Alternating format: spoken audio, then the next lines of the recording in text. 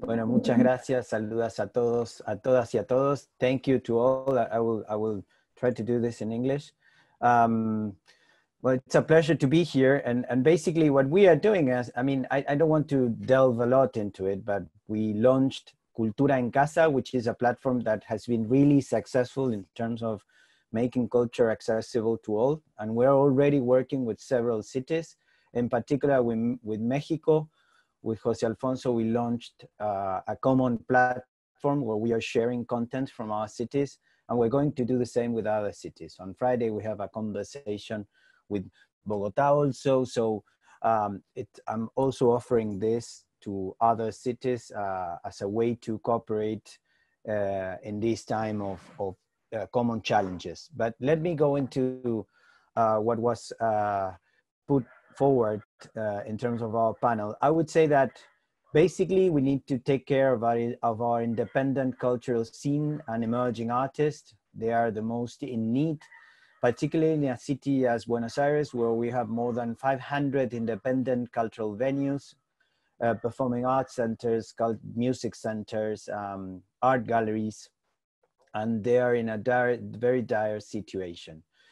We have another challenge, which is to actually build a more human and cooperative world, which is not by any chance given, taking into account that there is another perspective that it's also moving forward, and it's quite gruesome in terms of a more closed world, a more totalitarian world, and so culture has a lot to do with this. And third, I would say that bringing hope to our community is also very, very important.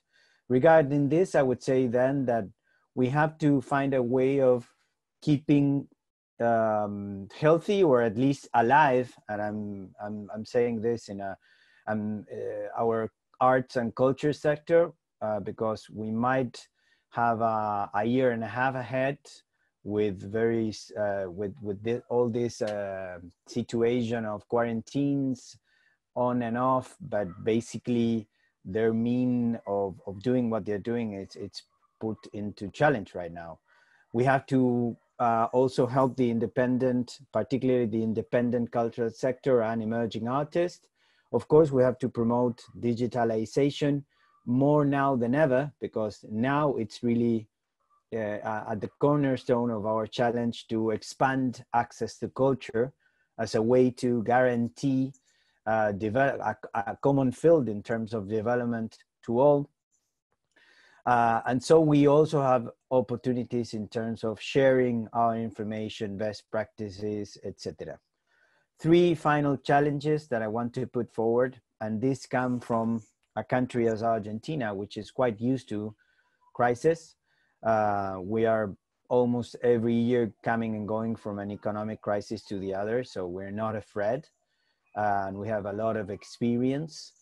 I would say that one, we need to work together as cultural public officers, because we have a huge challenge ahead in terms of how we let our bosses and decision makers understand that culture is more important than ever.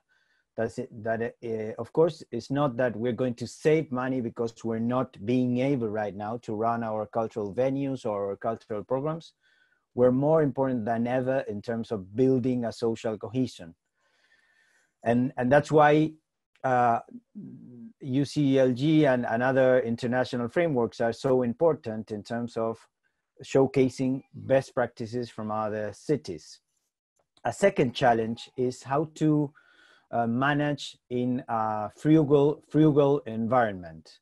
It's easy to manage cultural policies if we have the money and the means, but it's not that easy when our budgets are so constrained, and they are going to be, because of course city incomes are going down, and it's normal that our budget is tightened, and it's also normal that within city administrations health departments get more money because they are at the forefront of the crisis. But then the big challenge is how to manage in a frugal experience.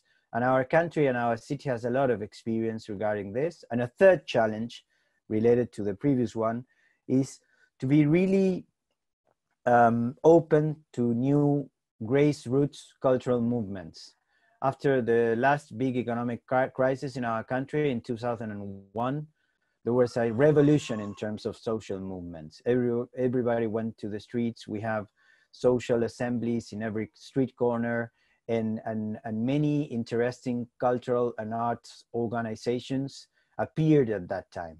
So there's also an opportunity not to be in charge, but to be open and put the table for everyone to come forward around that table, and in a way lose part of our monopoly of what is going to happen, and being able to be open to really a wide conversation.